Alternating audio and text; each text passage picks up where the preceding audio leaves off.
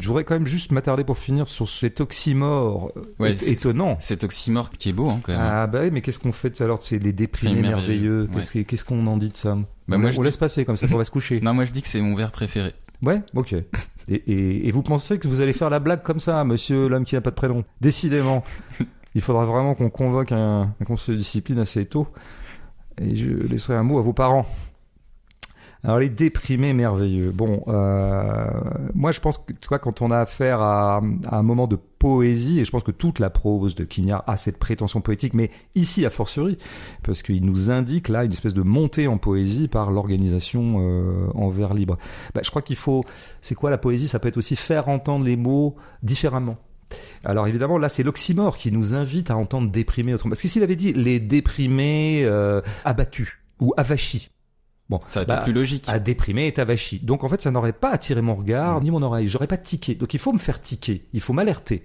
Et le merveilleux est fait, c'est pour ça. Je suis obligé de revenir sur déprimé et dire en fait, ce mot, Quignard m'invite à ne pas l'entendre comme j'ai envie de l'entendre spontanément. Et du coup, ce que j'entends dans déprimé, je pense que déprimer, ça va avec la dépression. Ah tiens, la dépression. C'est-à-dire des gens qui ne subissent plus la pression. C'est pour ça qu'ils sont merveilleux. Ils ne subissent plus la pression sociale. La pression du temps, la pression de l'organisation humaine. D'ailleurs, il y avait un moment, il est question de la presse. Il raconte un épisode de sa vie, Quignard, où il avait lancé un truc musical, et puis finalement, ça a foiré. Et une des raisons, dit-il, pour lesquelles ça a foiré, c'est que la presse a été tout de suite au taquet, c'est-à-dire les journalistes, et que finalement, ça a été contre-productif. Et il dit, la presse pressa, oppressa. Donc on voit bien, tu vois, il y a une famille là, avec la pression. Alors du coup, les déprimés, les dépressifs, ce sont ceux qui échappent à la pression. Je n'ai fait que suivre le raisonnement qu'il induit, je ne pense pas surgloser en disant ça, parce que sinon, encore une fois, il ne serait pas merveilleux. Alors merveilleux, comme d'habitude, la littérature de Quignard, c'est une littérature qui s'émerveille. Alors, on parlait tout à l'heure de la joie, mais je crois que c'est une littérature qui nous invite à nous émerveiller de ce qui est merveilleux. Les solitaires sont merveilleux parce qu'ils ont réussi à conjurer cette espèce de pression de la modernité, et notamment de l'ultra-modernité, qui consiste toujours à vouloir absolument qu'on vive avec les autres, d'où par exemple la fameuse éculée et lassante et fatigante injonction à vivre ensemble, ou vivre ensemble. S'il y a bien un mec qui est très très loin du vivre ensemble, c'est Quignard. Je pense que tout à l'heure, quand je parlais des solitaires, je parlais notamment des jansénistes, que c'est lui qui l'appelle les solitaires un peu plus loin. Je crois d'ailleurs que ça pourrait être un des éléments du recours au fragmentaire chez Quignard.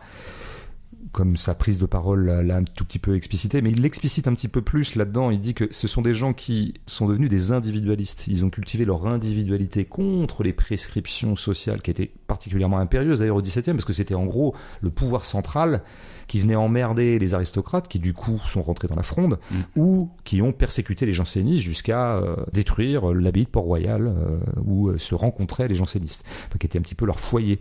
Et donc ces gens-là ont été obligés de faire sécession, de s'individualiser, de promouvoir leur individualité, et Quignard note que tous ces gens, Blaise Pascal évidemment, mais d'autres aussi, et La Rochefoucauld qui a toujours été un petit peu en orbite du jansénisme, ont pratiqué le fragment.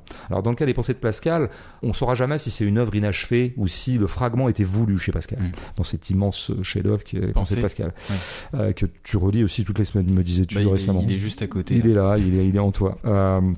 Et donc c'est intéressant parce que il dit que cette vœu de sécession, il appelle ça la première motivation fragmentaire. Pourquoi ces gens ont épousé le fragment, La Rochefoucauld sous forme de maxime, Pascal sous forme de pensée, puis il cite d'autres exemples moins connus, c'est parce que précisément, ils se fragmentaient eux-mêmes par rapport au tout de la société. Mais je voulais juste lier là, toujours cette idée que on ne choisit pas des formes de façon anodine dans la littérature, quand on est un littérateur conséquent. Parce que quand on est un littérateur inconséquent, on peut épouser des formes sans trop savoir ce qu'on est en train de faire.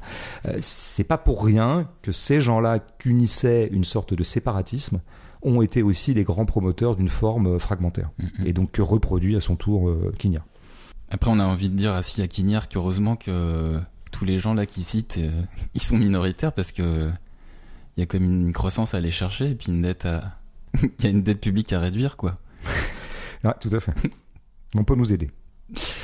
Allez, on poursuit avec c'est une belle transition, t'as bien choisi les phrases, en fait, t'as fait exprès, Il se trouve qu'il y a un petit peu de travail, voilà, c'est ça que j'ai l'habitude de dire. C'est-à-dire qu'ici, ça bosse un peu, quoi. Enfin, il y en a au moins 1 sur 2 qui bosse. Ouais, et pas n'importe lequel. Allez, on poursuit avec un peu... Je donnerai aucun indice aux auditeurs, si ce n'est que lui, au moins, il a un prénom. Voilà. Mais c'est tout. J'en dirai pas plus, parce que ça serait prétentieux et un peu disqualifiant pour toi. Qui est le même que La Rochefoucauld, d'ailleurs. Ouais, bah oui, bah j'osais pas le dire, mais bon là, hein, il y a une petite lignée, tu vois, qui irait pour moi le François de La Rochefoucauld à François Bégodeau en passant par François Hollande. Allez, on poursuit avec un peu de poésie, donc page 44. Est-ce que tu veux bien nous le lire ? Ou tu veux boire un verre d'eau ? Non, je vois que j'ai plus le temps pour moi ici. J'ai plus le temps de boire. Alors c'est pareil, il est aussi présenté en vers libre, alors je peux pas vraiment faire entendre des retours de la ligne, mais je vais faire ce que je peux. Sonnent au loin sur la lande, ou loin sur le versant, les vêpres. À cette sonnerie, le ciel déclenche l'ombre du soir. Teinte l'étrange événement stellaire qui répand l'invisible. Ah, tu lis vachement bien les poèmes, hein. Ouais, on dirait que je l'ai écrit. Ça fait plaisir. Alors que non, hein.